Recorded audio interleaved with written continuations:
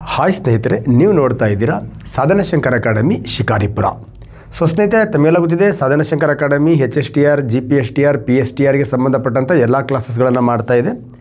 ಯೂಟ್ಯೂಬಲ್ಲಿ ಅಪ್ಲೋಡನ್ನು ಮಾಡ್ತಾ ಇದ್ದೀವಿ ಸ್ನೇಹಿತರೆ. ಸದ್ಯದಲ್ಲಿ ಆ್ಯಪು ಕೂಡ ಬರುತ್ತೆ ನೋಡಿ. ಈ PC DC ವರೆಗೂ ಒಂದು ಬಂಕಿ ಟಾಪ್ ಅಂದರೆ ಒಂಥರ ಹಾಟೆಸ್ಟ್ ಟಾಪಿಕ್ ಯಾವುದಪ್ಪ ಅಂತ ಕೇಳಿದ್ರೆ ಸೌಂಡ್.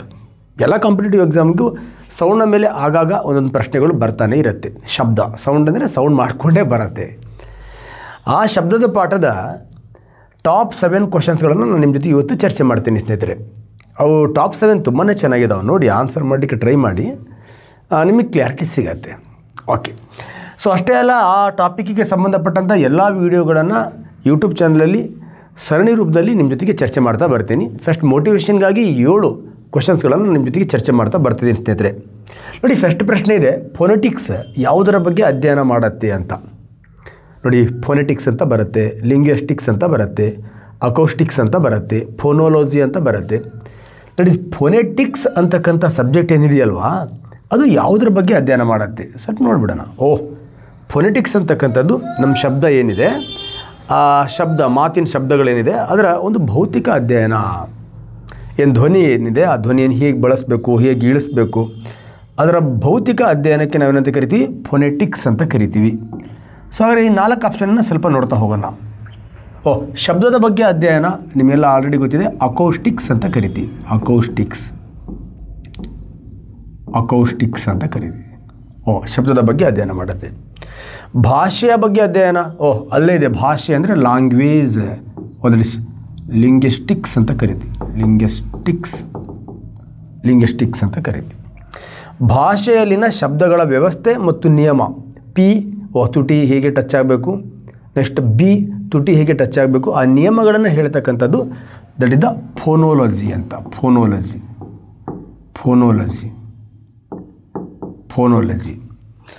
ನೆಕ್ಸ್ಟ್ ಫೋನೆಟಿಕ್ಸ್ ಅಂದರೆ ನಾವೇನು ಭಾಷಣ ಮಾಡಬೇಕಾದ್ರೆ ಮಾತನ್ನು ಬಳಸ್ತೀವಲ್ವ, ಆ ಧ್ವನಿನ ಹೇಗೆ ಬಳಸಬೇಕು, ಆ ಧ್ವನಿಯ ಬಗ್ಗೆ ಅಧ್ಯಯನ ಮಾಡ್ತಕ್ಕಂಥದ್ದು ನಾವೇನಂತ ಕರಿತೀವಿ, ದಟ್ ಇಸ್ ದ ಫೋನೆಟಿಕ್ಸ್ ಅಂತ ಕರಿತೀವಿ. ಸಾಮಾನ್ಯವಾಗಿ ಫೋನೆಟಿಕ್ಸ್ ಅನ್ನೋದು ಮನುಷ್ಯನ ಮಾತಿನ ಬಗ್ಗೆ ಅಧ್ಯಯನ ಮಾಡ್ತಕ್ಕಂಥದ್ದು. ಅವನು ಯಾವ ಥರ ಧ್ವನಿಯನ್ನು ಬಳಸಬೇಕು ಅಂತಕ್ಕಂಥದ್ದನ್ನು ಭೌತಿಕ ಅಧ್ಯಯನ ಮಾಡ್ತಕ್ಕಂಥದ್ದು ದಟ್ ಇಸ್ ದ ಫೋನೆಟಿಕ್ಸ್. ಆ ಧ್ವನಿಯನ್ನು ಬಳಸಬೇಕಾದ್ರೆ ಆ ಅಕ್ಷರಗಳನ್ನು ಹೇಗೆ ಬಳಸಬೇಕು, ಅಕ್ಷರಗಳ ನಿಯಮಗಳೇನಿದೆ ಅದರ ಬಗ್ಗೆ ಅಧ್ಯಯನ ಮಾಡೋದು ದಟ್ ಇಸ್ ದ ಫೋನೋಲಜಿ. ಭಾಷೆಯ ಬಗ್ಗೆ ಅಧ್ಯಯನ ಮಾಡೋದು ಲಿಂಗ್ವಿಸ್ಟಿಕ್ಸ್, ಭಾಷಾಶಾಸ್ತ್ರ. ಅದು ನಮ್ಮ ಮಾತೆ ಅಂತ ಅಲ್ಲ, ನಮ್ಮ ಮಾತಿರ್ಬೋದು, ಪ್ರಾಣಿ ಮಾತಿರ್ಬೋದು, ಗುಡುಗಿರ್ಬೋದು, ಸಿಡ್ಲಿರ್ಬೋದು, ಶಬ್ದದ ಬಗ್ಗೆ ಅಧ್ಯಯನ ಮಾಡ್ತಕ್ಕಂಥದ್ದಕ್ಕೆ ನಾವೇನಂತ ಕರಿತೀವಿ, ಅಕೌಸ್ಟಿಕ್ಸ್ ಅಂತ ಕರಿತೀವಿ. ಈ ಥರ ಈ 4 ಬ್ರಾಂಚಸ್ಗಳನ್ನು ನೋಡ್ಕೊಳ್ಳಿ, ಅದ್ರ ಮೇಲೂ ಕೂಡ ಎಕ್ಸಾಮಲ್ಲಿ ಪ್ರಶ್ನೆ ಬರ್ಬೋದು. ನೋಡಿ, ನಮಗೆಲ್ಲ ಗೊತ್ತಿರ್ತಕ್ಕಂಥ ಒಂದು ಬ್ಯೂಟಿಫುಲ್ ಆಗಿರ್ತಕ್ಕಂಥದ್ದು ಡೆಸಿಬಲ್ ಅಂತ. ಶಬ್ದದ ತೀವ್ರತೆಯನ್ನು ಅಳೆಯುವ ಡೆಸಿಬಲ್ನ ವ್ಯಾಪ್ತಿ ಎಷ್ಟು ಅಂತ ಕೇಳಿದೆ ನಾನು. ರೇಂಜ್ ಎಷ್ಟಿರುತ್ತೆ? ಶಬ್ದದ ತೀವ್ರತೆಯನ್ನು ಅಳೆಯುವ ಏಕಮಾನ ಯಾವುದು, ಡೆಸಿಬಲ್ ಹಾಕ್ಬಿಡ್ತೀವಿ ನಾವು. ಆದರೆ ಶಬ್ದದ ತೀವ್ರತೆಯನ್ನು ಅಳಿಲಿಕ್ಕೆ ಡೆಸಿಬಲ್ ಯಾವ ರೇಂಜಲ್ಲಿ ಆ ಶಬ್ದಗಳನ್ನು ಅಳೆಯುತ್ತೆ ಅಂತ. ಓಕೆ, ಸಿಂಪಲ್ ನೋಡುವ. ಸಿಂಪಲ್, ಶಬ್ದದ ತೀವ್ರತೆಯನ್ನು ಅಳಿತಕ್ಕಂಥ ಡೆಸಿಬಲ್ ಏನಿದೆ, ಆ ಡೆಸಿಬಲ್ನ ವ್ಯಾಪ್ತಿ ಎಷ್ಟಿರುತ್ತೆ ಅಂದರೆ 0 to 140 ಇರುತ್ತೆ. ನೋಡಿ, ಪಿಸು ಮಾತು ಏನಿದೆ 0 ಇದೆ, ಅಲ್ಲಿಂದ ದಟ್ ಇಸ್ 140ವರೆಗೂ ಇರುತ್ತೆ. 140ವರೆಗೂ 140 ಡೆಸಿಬಲ್ಸ್. ಸಾಮಾನ್ಯವಾಗಿ ಮಾನವ ಕ್ರಿಯೆ ಏನು, ಮಾನವನ ಕಿವಿ ಏನಿದೆ, ಆ ಮಾನವನ ಕಿವಿ ಯಾವ ಶಬ್ದವನ್ನು ಗ್ರಹಿಸುತ್ತೆ ಅಂದರೆ 0 to 120 ಇಷ್ಟು ಶಬ್ದವನ್ನು ಮಾನವನ ಕಿವಿ ಗ್ರಹಿಸುತ್ತೆ. ಅದರ ಮೇಲೆ 125 ಅಂದರೆ ಕಿವಿ ತಮ್ಮಟ್ಟೆ ಢಮ್ ಆಗಿಬಿಡತ್ತೆ. 125 ಡೆಸಿಬಲ್ನ ಆ ಕಡೆ ಇರತಕ್ಕಂತಹ ಶಬ್ದವನ್ನು ನಮ್ಮ ಭಾರತದ ಪರಿಸರ ನಿಯಂತ್ರಣ ಮಂಡಳಿ ಏನಿದೆ, ಆ ಕ್ರ್ಯಾಕರ್ಸ್, ಪಟಾಕಿ, ಅಷ್ಟು ಸೌಂಡ್, ಅದಕ್ಕಿಂತ ಹೆಚ್ಚು ಸೌಂಡ್ ಮಾಡ್ತಕ್ಕಂಥ ಪಟಾಕಿಗಳನ್ನು ಬ್ಯಾನ್ ಮಾಡಿದೆ. ಹಾಗಾಗಿ ನಮಗೆ 0 ಇಂದ 120 ಡೆಸಿಬಲ್ನ ಒಳಗಡೆ ಶಬ್ದವನ್ನು ಮಾನವ ಏನು ಮಾಡ್ತಾನೆ, ಗ್ರಹಿಸ್ತಾನೆ.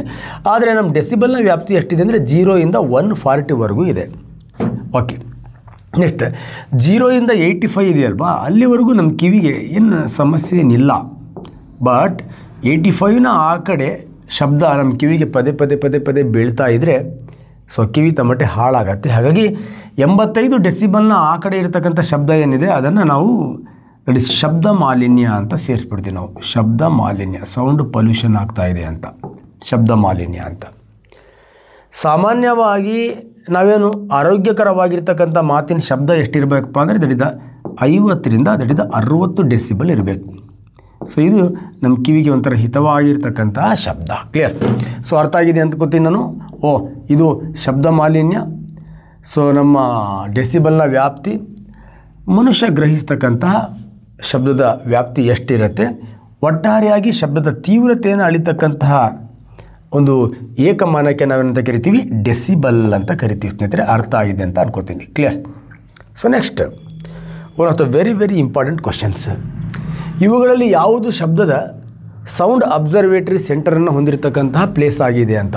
ಇವುಗಳಲ್ಲಿ ಯಾವುದು ಒಂದು ನಗರ ಇದೆ, ಆ ನಗರದಲ್ಲಿ ಶಬ್ದ ಪರಿವೀಕ್ಷಣಾಲಯ ಇದೆ, ಅಂದರೆ ಸೌಂಡ್ ಅಬ್ಸರ್ವೇಟರಿ ಸೆಂಟರ್ ಇದೆ. ಯಾವುದು ನೋಡೋಣ?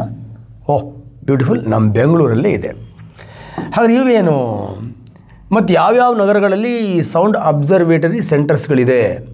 ಸಿಂಪಲ್, ನೆನ್ಪಿಟ್ಕೊಳ್ಳಿ. ಇದಕ್ಕೆ HDK CM ಇನ್ ಬೆಂಗಳೂರು, ಇಷ್ಟು ನೆನ್ಪಿಟ್ಕೊಳ್ಳಿ. ಏನಿಲ್ಲ, H ಅಂದರೆ ದಡಿದ ಹೈದರಾಬಾದ್, D ಅಂದರೆ ಡೆಲ್ಲಿ, K ಅಂದರೆ ಕಲ್ಕತ್ತಾ, C ಅಂದರೆ ಚೆನ್ನೈ, M ಅಂದರೆ ಮುಂಬೈ, B ಅಂದರೆ ಬೆಂಗಳೂರು, L ಅಂದರೆ ಲಕ್ನೋ. ನೋಡಿ, ಈ HDK CM BL ಅಂತಕ್ಕಂಥ ಒಂದು ಬ್ಯೂಟಿಫುಲ್ ಕೋಡೋಡನ್ನು ನೆನ್ಪಿಟ್ಕೊಂಡ್ರೆ ಇಷ್ಟು ನಗರಗಳಲ್ಲಿ ಸೌಂಡ್ ಅಬ್ಸರ್ವೇಟರಿ ಸೆಂಟರ್ಸ್ಗಳಿದೆ. ಸೌಂಡ್ ಅಬ್ಸರ್ವೇಟರಿ ಸೆಂಟರ್ಸ್, ಶಬ್ದ ಪರಿವೀಕ್ಷಣಾಲಯಗಳು ಹೊಂದಿರತಕ್ಕಂತಹ ನಗರಗಳು. ಸೊ ಹಾಗಾದರೆ ಜೈಪುರ ತಮ್ಮೆಲ್ಲ ಗೊತ್ತಿದೆ, ಪಿಂಕ್ ಸಿಟಿ ಅಂತ ಕರಿತೀವಿ. ಜೈಪುರನ ನಾವು ಪಿಂಕ್ ಸಿಟಿ ಅಂತ ಕರಿತೀವಿ. ಜೋಧ್ಪುರನ ನಾವು ಬ್ಲೂ ಸಿಟಿ ಅಂತ ಕರಿತೀವಿ. ಇಲ್ಲೆಲ್ಲ ಮನೆಗಳಲ್ಲಿ ಮತ್ತು ಅಲ್ಲಿ ಬಿಸಿಲು ಬೀಳೋದ್ರಿಂದ ಬಿಸಿಲು ತೀಕ್ಷ್ಣತೆಯನ್ನು ಕಡಿಮೆ ಮಾಡ್ತಕ್ಕಂಥ ಕಲರ್ ನೀಲಿ. ಹಾಗಾಗಿ ಅಲ್ಲಿ ನೀಲಿ ಬಣ್ಣವನ್ನು ಅಲ್ಲಿರ್ತಕ್ಕಂಥ ಬಿಲ್ಡಿಂಗ್ಗಳಲ್ಲಿ ಹೆಚ್ಚು ಪ್ರಮಾಣದಲ್ಲಿ ಬಳಸೋದ್ರಿಂದ ಇದನ್ನು ಬ್ಲೂ ಸಿಟಿ ಅಂತ ಕರಿತೀವಿ. ಉದಯಪುರ ತಮ್ಮೆಲ್ಲ ಗೊತ್ತಿದೆ, ಇದು ದೊಡ್ಡ ಸರೋವರಗಳ ನಾಡು ಅಂತ ಕರಿತೀವಿ. ದಟ್ ಇಸ್ ಲೇಕ್ ಸಿಟಿ ಅಂತ ಕರಿತೀವಿ. ಲೇಕ್ ಸಿಟಿ ಸರೋವರಗಳ ನಾಡು ಅಂತ ಕರಿತೀವಿ. ಸೊ ಈ ಬ್ಯೂಟಿಫುಲ್ ನಮ್ಮ ಬೆಂಗಳೂರನ್ನು ಕೂಡ ನಾವು ಸಿಲಿಕಾನ್ ಸಿಟಿ ಅಂತ ಕರಿತೀವಿ. ಸಿಲಿಕಾನ್ ಸಿಟಿ ಯಾಕಂದರೆ ಅತಿ ಹೆಚ್ಚು ಸಾಫ್ಟ್ವೇರ್ಸ್, ಅತಿ ಹೆಚ್ಚು ಎಲೆಕ್ಟ್ರಾನಿಕ್ ಸಾಮಾನುಗಳು ನಮ್ಮ ಬೆಂಗಳೂರಿನ ಉಷ್ಣತೆಯಲ್ಲಿ ಎಕ್ಸ್ಪೆರಿಮೆಂಟ್ ಮಾಡಲಿಕ್ಕೆ ತುಂಬಾ ಸೂಕ್ತ ಇದೆ. ಹಾಗಾಗಿ ಬೆಂಗಳೂರಲ್ಲಿ ಅತಿ ಹೆಚ್ಚು ಎಲೆಕ್ಟ್ರಾನಿಕ್ ಸಾಮಾನುಗಳು ರೆಡಿ ಆಗೋದ್ರಿಂದ ಇದನ್ನು ನಾವು ಸಿಲಿಕಾನ್ ಸಿಟಿ ಅಂತ ಕರಿತೀವಿ. One of the very important. ಒಂದು ಸತಿ ನೋಡ್ಕೊಳ್ಳಿ, ತುಂಬ ಸೌಂಡ್ ಅಬ್ಸರ್ವೇಟರಿ ಸೆಂಟರ್ಸ್ಗಳನ್ನು ಕ್ಲೀನಾಗಿ ನೋಡ್ಕೊಳ್ಳಿ.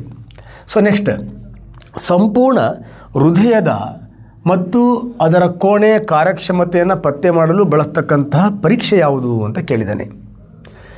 ನೋಡಿ ಒಂದು ಸತಿ ನೋಡ್ಕೊಳ್ಳಿ. ದಟ್ ಈಸ್ ಎಕೋಕಾರ್ಡಿಯೋಗ್ರಾಮ್ ಅಂತ. ಎಕೋಕಾರ್ಡಿಯೋಗ್ರಾಮನ್ನು ಯಾರು ಕಂಡುಹಿಡಿತಾನೆ? ಸಿಂಪಲ್ ನೋಡಿ, ಒಬ್ಬ ECG ಅಂತ ಬರುತ್ತೆ. 2 ECG ಇದೆ. ECG ಇದಕ್ಕೆ ಎಲೆಕ್ಟ್ರೋಕಾರ್ಡಿಯೋಗ್ರಾಮ್ ಅಂತ ಕರಿತೀವಿ. ಇದನ್ನು ನಾವು ಎಕೋಕಾರ್ಡಿಯೋಗ್ರಾಮ್ ಅಂತ ಕರಿತೀವಿ. ಎಲೆಕ್ಟ್ರೋಕಾರ್ಡಿಯೋಗ್ರಾಮ್ ನಮ್ಮ ಹೃದಯದಲ್ಲಿರತಕ್ಕಂತಹ ಎಲೆಕ್ಟ್ರಿಕಲ್ ಸಿಗ್ನಲ್ಸ್ಗಳನ್ನು ಮೆಜರ್ ಮಾಡುತ್ತೆ. ಸೊ ಇದರಲ್ಲಿ ಏನಾದ್ರು ನಮಗೆ ಡೌಟ್ ಇತ್ತು ಅಂದರೆ ಎಲ್ಲಿಗೆ ಬರ್ತೇವೆ ನಾವು? ಎಕೋಕಾರ್ಡಿಯೋಗ್ರಾಮ್ಗೆ ಬರ್ತೀವಿ. ಎಕೋಕಾರ್ಡಿಯೋಗ್ರಾಮ್ ಹೃದಯದ ಕೋಣೆ ಹೇಗೆ ಕೆಲಸ ಮಾಡ್ತಾ ಇದೆ, ಆ ಕೋಣೆಗಳ ಮಧ್ಯೆ ಇರತಕ್ಕಂಥ ಸೆಪ್ಟಮ್ ಹೇಗೆ ಕೆಲಸ ಮಾಡ್ತಾ ಇದೆ. ಸೊ ನೆಕ್ಸ್ಟ್, ಆ ಹೃದಯದಲ್ಲಿ ಈ ಬ್ಲಡ್ ಯಾವ ರೀತಿ ಯಾವ ಫೋರ್ಸಲ್ಲಿ ಹೋಗ್ತಾ ಇದೆ, ಅವನ್ನೆಲ್ಲ ಕಂಪ್ಲೀಟ್ ಮಾಹಿತಿಯನ್ನು ಕೊಡ್ತಕ್ಕಂಥದ್ದು ಯಾವುದಪ್ಪ ಅಂತ ಕೇಳಿದ್ರೆ ದಟ್ ಇಸ್ ದ ಎಕೋಕಾರ್ಡಿಯೋಗ್ರಾಮ್. ನೋಡಿ, ಈ ಎಲೆಕ್ಟ್ರೋಕಾರ್ಡಿಯೋಗ್ರಾಮ್ ಮತ್ತು ಎಕೋಕಾರ್ಡಿಯೋಗ್ರಾಮ್ ಬೇರೆ ಬೇರೆಯೇ. ಇದನ್ನು ಕಂಡುಹಿಡಿದ ವಿಜ್ಞಾನಿಗಳು ಬೇರೆ ಬೇರೆಯೇ. ಒಬ್ಬನು ಆಡ್ಲರ್, ಇನ್ನೊಬ್ಬನು ಐಸ್ತೋವನಿ ಅಂತ. ಯಾರು ಆಡ್ಲರ್ ಕಂಡುಹಿಡಿದಿದ್ದು ECG ಯಾವುದು, ಐಸ್ತೋವನಿ ಕಂಡುಹಿಡಿದಂಥ ECG ಯಾವುದು? ಕಾಮೆಂಟನ್ನು ಮಾಡಿ. ಸೊ ನೆಕ್ಸ್ಟ್, ಕರೋನರಿ ಆಂಜಿಯೋಗ್ರಾಫಿ ಅಂತ ಇದೆ. ಸಿಂಪಲ್, ಈ ವರ್ಡನ್ನು ಸ್ವಲ್ಪ ನೋಡ್ಕೊಳ್ಳಿ. ಆಂಜಿಯೋ ಅಂದರೆ ಹೃದಯಕ್ಕೆ ಸಂಬಂಧಪಟ್ಟಿದ್ದಲ್ಲ, ಅದು ಹೃದಯದಿಂದ ಹೊರಡುವ ರಕ್ತನಾಳಗಳಿಗೆ ಸಂಬಂಧಪಟ್ಟಿದ್ದು. ಹಾಗಾದರೆ ಬ್ಲಡ್ ವೆಸಲ್ಸ್ಗಳ ಬಗ್ಗೆ ಅಧ್ಯಯನ ಮಾಡ್ತಕ್ಕಂಥ ಒಂದು ಬ್ಯೂಟಿಫುಲ್ ಸೈನ್ಸಿಗೆ ನಾವೇನಂತ ಕರಿತೀವಿ? ಆಂಜಿಯೋಲಜಿ ಅಂತ ಕರಿತೀವಿ. ಹಾಗಾಗಿ ಹೃದಯದಿಂದ ಏನು ಹೊರಗಡೆ ರಕ್ತಗಳು ಹೋಗ್ತಾ ಇದೆ, ಆ ರಕ್ತವನ್ನು ತಗೊಂಡು ಹೋಗ್ತಕ್ಕಂಥ ನಾಳಗಳು, ಆ ಹೃದಯಕ್ಕೆ ರಕ್ತವನ್ನು ತರ್ತಕ್ಕಂಥ ನಾಳಗಳೇನಿದೆಯಲ್ವಾ, ಆ ನಾಳಗಳಲ್ಲಿ ಕರೋನರಿ ಆರ್ಟರಿ ಅಂತ ಇರುತ್ತೆ, ಕರೋನರಿ ನಾಳ ಇರುತ್ತೆ. ಅದರ ಬಗ್ಗೆ ಮಾಹಿತಿಯನ್ನು ಕೊಡ್ತಕ್ಕಂಥ ಒಂದು ಪರೀಕ್ಷೆಗೆ ನಾವೇನಂತ ಕರಿತೀವಿ? ಕರೋನರಿ ಆಂಜಿಯೋಗ್ರಾಫ್ ಅಂತ ಕರಿತೀವಿ. ಸೊ ಆಂಜಿಯೋಗ್ರಾಫಿ ಅಂದರೆ ಏನಿಲ್ಲ, ರಕ್ತನಾಳಗಳಲ್ಲಿರ್ತಕ್ಕಂಥ ಸಮಸ್ಯೆ ಅಥವಾ ರಕ್ತನಾಳಗಳಲ್ಲಿ ಏನಾದರೂ ಸಮಸ್ಯೆ ಇಲ್ಲ ಅಂದರೆ ಅದರ ಬಗ್ಗೆ ಮಾಹಿತಿಯನ್ನು ಕೊಡ್ತಕ್ಕಂಥದ್ದಕ್ಕೆ ನಾವೇನಂತ ಕರಿತೀವಿ ಆಂಜಿಯೋಗ್ರಾಫಿ ಅಂತ ಕರಿತೀವಿ. ನೆಕ್ಸ್ಟ್ ಗಾಳಿಯಲ್ಲಿ ಶಬ್ದದ ವೇಗ ಎಷ್ಟು ಅಂತ ಕೇಳಿದ್ದಾನೆ. ನೋಡಿ ಈ ಥರ ಕ್ವಶನ್ ಬಂದಾಗ ಸ್ವಲ್ಪ ಕನ್ಫ್ಯೂಸ್ ಆಗಿಬಿಡ್ತೀವಿ ನಾವು, ಯಾಕಂದರೆ ತುಂಬ ಈಸಿ ಕ್ವಶನ್ನು. ಬಟ್ ಒಂದೊಂದು ಬುಕ್ಕಲ್ಲಿ ಒಂದೊಂದು ಥರ ನೋಡಿದ್ದೀವಿ ನಾವು. ಒಂದು ಬುಕ್ಕಲ್ಲಿ 331 ನೋಡಿದ್ದೀವಿ, ಇನ್ನೊಂದು ಬುಕ್ಕಲ್ಲಿ 340 341 ನೋಡಿದ್ದೀವಿ. ಇದೇನು ಸರ್ 5000 1005 ಏನು ಸರ್ ಇದು? ಬಟ್ ಇವೆರಡು ಅಂತೂ ಕನ್ಫ್ಯೂಸ್ ಮಾಡುತ್ತೆ. ಗಾಳಿಯಲ್ಲಿ ಶಬ್ದದ ವೇಗ, ಅರೆ ಯಾವುದು ಆನ್ಸರ್ ಇದಕ್ಕೆ? ಸಿಂಪಲ್, ಗಾಳಿಯಲ್ಲಿ ಶಬ್ದದ ವೇಗ ಅಂತ 2 ಆನ್ಸರ್ ಆಗುತ್ತೆ. ಆದರೆ ಇಲ್ಲಿ ನಮಗೆ 0 ಡಿಗ್ರಿ ಸೆಲ್ಸಿಯಸ್ ಅಂತ ಕೊಟ್ಬಿಟ್ಟಿದ್ದಾನೆ. ಕ್ಲಿಯರ್? ಅರೆ 0 ಡಿಗ್ರಿ ಸೆಲ್ಸಿಯಸ್ ಅಂದಾಗ ಗಾಳಿಯಲ್ಲಿ ಶಬ್ದದ ವೇಗ ನೋಡಿ, ಸಾಮಾನ್ಯವಾಗಿ ಶಬ್ದದ ವೇಗದ ಮೇಲೆ ಯಾವುದು ಪರಿಣಾಮವನ್ನು ಬೀರುತ್ತೆ ಅಂದರೆ ತಾಪ ಪರಿಣಾಮವನ್ನು ಬೀರುತ್ತೆ. ನೆಕ್ಸ್ಟ್ ವಾತಾವರಣದಲ್ಲಿರ್ತಕ್ಕಂಥ ತೇವಾಂಶ ಪರಿಣಾಮವನ್ನು ಬೀರುತ್ತೆ.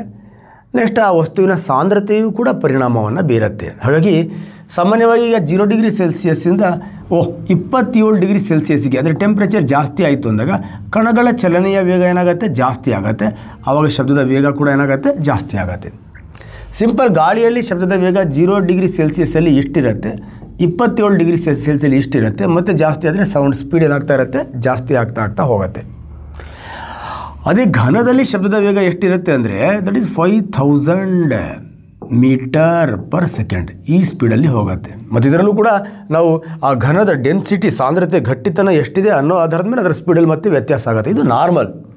ಸಾಮಾನ್ಯವಾಗಿ ಮೂಳೆಗಳಲ್ಲಿ 3600 ಮೀಟರ್ ಪರ್ ಸೆಕೆಂಡ್, ಸ್ಟೀಲಲ್ಲಿ 6000 ಮೀಟರ್ ಪರ್ ಸೆಕೆಂಡ್. ನೋಡಿ ಇಲ್ಲಿ ಸ್ಟೀಲ್ ಗಟ್ಟಿ ಇದೆ, ಮೂಳೆ ಗಟ್ಟಿ ಇಲ್ಲ. ಯಾವುದು ಗಟ್ಟಿ ಇರುತ್ತೋ ಅದರಲ್ಲಿ ಘನ ವಸ್ತುವಿನಲ್ಲಿ ಶಬ್ದದ ಪ್ರಸಾರ ಏನಾಗಿರುತ್ತೆ? ಜಾಸ್ತಿ ಇರುತ್ತೆ.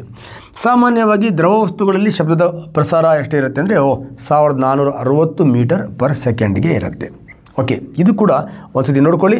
ಶಬ್ದದ ವೇಗದ ಮೇಲೆ ಯಾವ ರೀತಿ ಪರಿಣಾಮ ಬೀರುತ್ತೆ ಏನು, ಅವೆಲ್ಲ ಕ್ವಶನ್ಸ್ಗಳನ್ನು ನಾನು ನಿಮಗೆ ಥಿಯರಿ ಕ್ಲಾಸಲ್ಲಿ ಎಕ್ಸ್ಪ್ಲೇನ್ ಮಾಡ್ತಾ ಬರ್ತೀನಿ ಇನ್ ಡೀಟೇಲ್. ಶಬ್ದ ಅಂದರೆ ಏನು, ಡೆಸಿಬಲ್ ಅಂದರೆ ಏನು, ಹರ್ಡ್ಸ್ ಅಂದರೆ ಏನು, ಯಾವ್ಯಾವ ಡೆಸಿಬಲ್ನ ಶಬ್ದಗಳು ಎಲ್ಲೆಲ್ಲಿ ಏನೇನು ಯಾವ ಥರ ನಮಗೆ ಅಟ್ರ್ಯಾಕ್ಟ್ ಮಾಡುತ್ತೆ, ಆಂಪ್ಲಿಟ್ಯೂಡ್ ಅಂದರೆ ಏನು, ಶಿಲ್ನೆಸ್ ಅಂದರೆ ಏನು, ಅವೆಲ್ಲ ರಿವರ್ಬ್ರೇಷನ್ ಅಂದರೆ ಏನು, ಎಖೋ ಅಂದರೆ ಏನು. ಓಕೆ ನೋಡಿ, ಇನ್ನೊಂದು ಬ್ಯೂಟಿಫುಲ್ ಕ್ವಶನ್ ಇದೆ.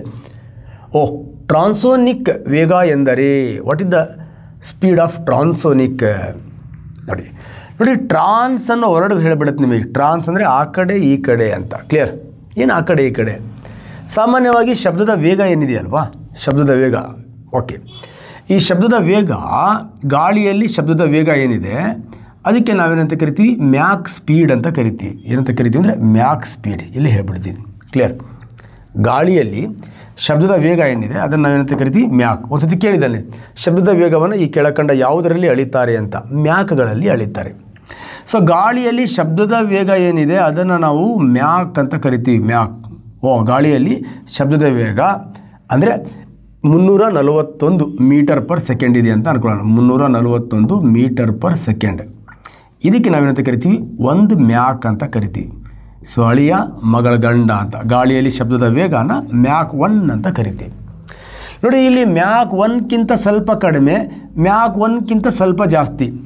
ಗಾಳಿಯಲ್ಲಿ ಶಬ್ದದ ವೇಗಕ್ಕಿಂತ ಸ್ವಲ್ಪ ಕಡಿಮೆ ಆಗ್ಬೋದು ಅಥವಾ ಸ್ವಲ್ಪ ಜಾಸ್ತಿ ಆಗ್ಬೋದು. ಇಂತಹ ವೇಗವನ್ನು ನಾವೇನಂತ ಕರಿತೀವಿ? ಟ್ರಾನ್ಸೋನಿಕ್ ವೇಗ, ಟ್ರಾನ್ಸೋನಿಕ್ ಸ್ಪೀಡ್ ಅಂತ ಕರಿತೀವಿ. ಅರ್ಥ ಆಗಿದೆ ಅಂತ ಅನ್ಕೋತೀನಿ. ಸಾಮಾನ್ಯವಾಗಿ ಗಾಳಿಯಲ್ಲಿ ಶಬ್ದದ ವೇಗಕ್ಕಿಂತ ಕಡಿಮೆ ವೇಗ ಆರ್ ಮ್ಯಾಕ್ಗಿಂತ ಕಡಿಮೆ ವೇಗ ಏನಿದೆ ಅದಕ್ಕೆ ನಾವೇನಂತ ಕರಿತೀವಿ? ಸಬ್ ಸೋನಿಕ್ ಅಂತ ಕರಿತೀವಿ. ಸಬ್ ಸೋನಿಕ್ ವೇಗ ಅಂತ ಕರಿತೀವಿ. ಸಬ್ ಸೋನಿಕ್ ವೇಗ ವಿಮಾನಗಳಿಗೆಲ್ಲ ಇರುತ್ತೆ. ಸಾಮಾನ್ಯವಾಗಿ ಗಾಳಿಯಲ್ಲಿ ಶಬ್ದದ ವೇಗಕ್ಕಿಂತ 5 ಪಟ್ಟು ಅಂದರೆ ವೇಗಕ್ಕಿಂತ 5 ಪಟ್ಟದ್ರ ಒಳಗಡೆ ಇರಬೇಕು. 5 ಪಟ್ಟು ಒಳಗಡೆ ಇರಬೇಕು. ಅಂದರೆ ಮ್ಯಾಕ್ 1ರಿಂದ ಮ್ಯಾಕ್ 2, ಮ್ಯಾಕ್ 3, ಮ್ಯಾಕ್ 4, ಮ್ಯಾಕ್ 5 ಇಲ್ಲಿಯ ಮಧ್ಯೆ ಇರ್ತಕ್ಕಂಥ ಶಬ್ದ ಏನಿದೆ ಅದಕ್ಕೆ ನಾವು ಸೂಪರ್ ಸೋನಿಕ್ ಅಂತ ಕರಿತೀವಿ. Super Sonic. ನೋಡಿ ಸೋನಿಕ್ ಅಂದ್ರೆ ಸೌಂಡ್ ಅಂತ. ಸೂಪರ್ ಸೋನಿಕ್ ವೇಗ ಅಂತ ಕರಿತೀವಿ. ಸಾಮಾನ್ಯವಾಗಿ ಜೆಟ್ ವಿಮಾನಗಳಿಗೆಲ್ಲ ಕೊಡ್ತೀವಿ ನಾವು. ನೆಕ್ಸ್ಟ್ ಗಾಳಿಯಲ್ಲಿ ಶಬ್ದದ ವೇಗಕ್ಕಿಂತ 5ಕ್ಕಿಂತ ಹೆಚ್ಚು ಪಟ್ಟು ಗಾಳಿಯಲ್ಲಿ ಏನು ಶಬ್ದ ಇದೆ ವೇಗ ದಟ್ ಇಸ್ ದ 341 ಇದೆಯಲ್ವಾ ಇಂಟು 5 ಅದಕ್ಕಿಂತಲೂ ಸ್ಪೀಡ್ 1 ಸೆಕೆಂಡಿಗೆ. ಗಾಳಿಯಲ್ಲಿ ಶಬ್ದದ ವೇಗಕ್ಕಿಂತ 5 ಪಟ್ಟು ಅದಕ್ಕಿಂತ ಹೆಚ್ಚು ವೇಗವನ್ನು ಹೊಂದಿರೋದನ್ನು ನಾವೆಂತ ಕರಿತೀವಿ? ಹೈಪರ್ಸಾನಿಕ್ಗಳು ಅಂತ ಕರಿತೀವಿ. ಇದನ್ನು ನಾವು ರಾಕೆಟ್ಗಳಲ್ಲಿ ಬಳಸ್ತೀವಿ. ಹೈಪರ್ಸಾನಿಕ್ ಸ್ಪೀಡ್ ಅಂತ ಕರಿತೀವಿ. ಹೈಪರ್ಸಾನಿಕ್, ಸೂಪರ್ಸಾನಿಕ್, ಸಬ್ಸೋನಿಕ್ ಆ್ಯಂಡ್ ಟ್ರಾನ್ಸೋನಿಕ್ ಅರ್ಥ ಆಗಿದೆ ಅಂತ ಅನ್ಕೋತೀನಿ. ಮ್ಯಾಕ್ ಅಂದರೆ ಏನು ಅಂತ ಅರ್ಥ ಆಗಿದೆ. ಟ್ರಾನ್ಸೋನಿಕ್ ಅಂದರೆ ಮ್ಯಾಕ್ನ ಆ ಕಡೆ ಈ ಕಡೆ ಸ್ಪೀಡು. ಸಬ್ಸೋನಿಕ್ ಅಂದರೆ ಮ್ಯಾಕ್ಗಿಂತ ಕಡಿಮೆ ಸ್ಪೀಡು. ಸೂಪರ್ಸೋನಿಕ್ ಅಂದರೆ ಮ್ಯಾಕ್ಗಿಂತ 1 ರಿಂದ 5 ಮಧ್ಯೆ ಇರತಕ್ಕಂಥ ಸ್ಪೀಡು. ಹೈಪರ್ಸೋನಿಕ್ ಅಂದರೆ 5 ಮ್ಯಾಕ್ಗಿಂತ ಹೆಚ್ಚು ವೇಗವನ್ನು ಹೊಂದಿರತಕ್ಕಂಥದ್ದನ್ನು ನಾವೇನಂತ ಕರಿತೀವಿ? ಹೈಪರ್ಸಾನಿಕ್ ಅಂತ ಕರಿತೀವಿ. ಅರ್ಥ ಆಗಿದೆ ಅಂತ ಅನ್ಕೋತೀನಿ. ಸಾಮಾನ್ಯವಾಗಿ ಹೆಂಗಸರ ಧ್ವನಿಗೆ ನೋಡಿ, ಒಂದು ಒಳ್ಳೆ ಬ್ಯೂಟಿಫುಲ್ ಕ್ವಶನ್. ಆಂಪ್ಲಿಟ್ಯೂಡ್ ಹೆಚ್ಚಿರತ್ತಾ, ಫ್ರೀಕ್ವೆನ್ಸಿ ಹೆಚ್ಚಿರತ್ತಾ? ಆಂಪ್ಲಿಟ್ಯೂಡ್ ಕಡಿಮೆ ಇದ್ದು ಫ್ರೀಕ್ವೆನ್ಸಿ ಹೆಚ್ಚಿರತ್ತಾ, ಆರ್ ಆಂಪ್ಲಿಟ್ಯೂಡ್ ಕಡಿಮೆ ಇದ್ದು ಫ್ರೀಕ್ವೆನ್ಸಿ ಕಡಿಮೆ ಇರತ್ತಾ? Okay, simple. ಆಂಪ್ಲಿಟ್ಯೂಡ್ ಕಡಿಮೆ ಇದ್ದು ಫ್ರೀಕ್ವೆನ್ಸಿ ಏನಾಗಿರುತ್ತೆ? ಹೆಚ್ಚಿರುತ್ತೆ. ಸರ್ ಇದೇನು ಸರ್ ಆಂಪ್ಲಿಟ್ಯೂಡ್ ಅಂದರೆ? ಆಂಪ್ಲಿಟ್ಯೂಡ್ ಅಂದರೆ ಏನಿಲ್ಲ, ಶಬ್ದದ ತೀವ್ರತೆ ಅಂತ ಅರ್ಥ. ಶಬ್ದದ ತೀವ್ರತೆ, ಗದ್ದಲ ಅಂತ ಕರಿತೀವಿ. ಗದ್ದಲ. ಕ್ರಮಬದ್ಧವಲ್ಲದ ಶಬ್ದಗಳು ಉಂಟಾದರೆ ಅದಕ್ಕೆ ಆಂಪ್ಲಿಟ್ಯೂಡ್. ಶಬ್ದದ ತೀವ್ರತೆ ಓಯ್ ಈ ಥರ ಜೋರು ಧ್ವನಿ ಏನಿದೆ ಅದಕ್ಕೆ ಆಂಪ್ಲಿಟ್ಯೂಡ್ ಅಂತ ಕರಿತೀವಿ. ನೆಕ್ಸ್ಟ್, ಲಯಬದ್ಧವಾದ, ಶ್ರುತಿಬದ್ಧವಾಗಿರ್ತಕ್ಕಂಥ ಹೆಚ್ಚು ಶಕ್ತಿಯನ್ನು ಹೊಂದಿರತಕ್ಕಂಥದ್ದಕ್ಕೆ ನಾವೇನಂತ ಕರಿತೀವಿ? ದಟ್ ಈಸ್ ಫ್ರೀಕ್ವೆನ್ಸಿ ಅಂತ ಕರಿತೀವಿ. ಸ್ಥಾಯಿ, ಶ್ರಿಲ್ನೆಸ್ ಇದಕ್ಕೆ. ಓಕೆ, ಅಂದರೆ ಇಲ್ಲಿ ಕ್ರಮಬದ್ಧವಾಗಿರತಕ್ಕಂಥ ಶಬ್ದಗಳ ಜೋಡಣೆ ಇರುತ್ತೆ. ಸಾಮಾನ್ಯವಾಗಿ ಹೆಂಗಸರ ಧ್ವನಿ ತೀವ್ರತೆ ಕಡಿಮೆ ಇರುತ್ತೆ. ಅವರು ತೀರ ಕೂಗಾಡಲ್ಲ, ಆದರೆ ಆ ಶಬ್ದದಲ್ಲಿ ಶಕ್ತಿ ಏನಾಗಿರುತ್ತೆ? ಜಾಸ್ತಿ ಇರುತ್ತೆ. ಅರ್ಥ ಆಗಿದೆ ಅಂತ ಅನ್ಕೋತೀನಿ. ಮನೇಲಿ ಅಪ್ಪಾಜಿ ಹೋಗೋ ಗದ್ದೆಗೆ ಅಂದರೆ ಹಾಂ ಅಂತೀವಿ, ಅಮ್ಮ ಹೋಗು ಅಂದರೆ ನೀಟಾಗಿ ಹೋಗ್ತೀವಿ. ಅಣ್ಣ ಬೋಯ್ದರೆ ಬೇಜಾರು ಮಾಡ್ಕೋತೀವಿ, ಹುಡುಗಿ ಬೋಯ್ದರೆ ಅಯ್ಯೋ ಟೆನ್ಷನ್ನೇ ತೊಗೊಳ್ಳಲ್ಲ, ಸಾರಿ ರೀ ಅಂತ ಓಡಾಡ್ತೀವಿ. ಯಾಕಂದರೆ ಅವ್ರ ವಾಯ್ಸಿಗೆ ಫ್ರೀಕ್ವೆನ್ಸಿ ಏನಾಗಿದೆ? ಜಾಸ್ತಿ ಇದೆ ಅಂತ ಅರ್ಥ. ಫ್ರೀಕ್ವೆನ್ಸಿ ಅಂದರೆ ಶಕ್ತಿ ಜಾಸ್ತಿ ಇದೆ ಅಂತ ಅರ್ಥ. ಹಾಗೆ ಫ್ರೀಕ್ವೆನ್ಸಿ ಅಂದರೆ ಏನು? ಆಂಪ್ಲಿಟ್ಯೂಡ್ ಅಂದರೆ ಏನು? ಆಂಪ್ಲಿಟ್ಯೂಡ್ಗಳನ್ನು ಯಾವುದರಲ್ಲಿ ಎಳಿತಾರೆ? ಫ್ರೀಕ್ವೆನ್ಸಿಯನ್ನು ಯಾವುದರಲ್ಲಿ ಎಳಿತಾರೆ? ಇವೆಲ್ಲ ಬ್ಯೂಟಿಫುಲ್ ಆಗಿರ್ತಕ್ಕಂಥ ಕ್ಲಾಸನ್ನು ನಾನು ಸಾಧನಶಂಕರ್ ಯೂಟ್ಯೂಬ್ ಚಾನಲಲ್ಲಿ ಪಾರ್ಟ್ 1, ಪಾರ್ಟ್ 2, ಪಾರ್ಟ್ 3 ಥಿಯರಿ ಥರ ಹೇಳ್ತಾ ಬರ್ತೀನಿ. ಸೊ ಇವೆಲ್ಲ ಎಂಜಾಯ್ ಮಾಡಿ.